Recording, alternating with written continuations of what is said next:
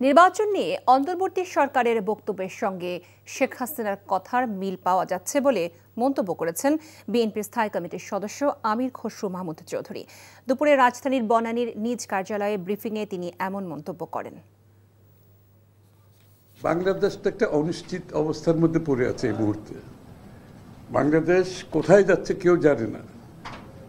বাংলাদেশের জনগণ একটা স্বৈরাচারকে বিদায় করেছে, একটা ফ্যাসিস্টকে বিদায় করেছে গণতান্ত্রিক ব্যবস্থা ফিরিয়ে আনার জন্য।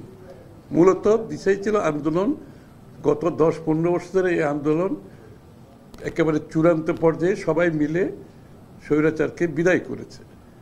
তারপর থেকে যে গণতান্ত্রিক অর্ডারের মধ্যে প্রক্রিয়ার মধ্যে দেশটা যাবে, এখন পর্যন্ত কোনো লক্ষণ দেখা যাচ্ছে না। এবং সকলের মধ্যে একটা সংখ্যা কাজ করছে যে কি বাংলাদেশ আদৌ গণতান্ত্রিক প্রক্রিয়াতে যাবে কিনা, বাংলাদেশের মানুষ তার মালিকানা ফিরে পাবে কিনা।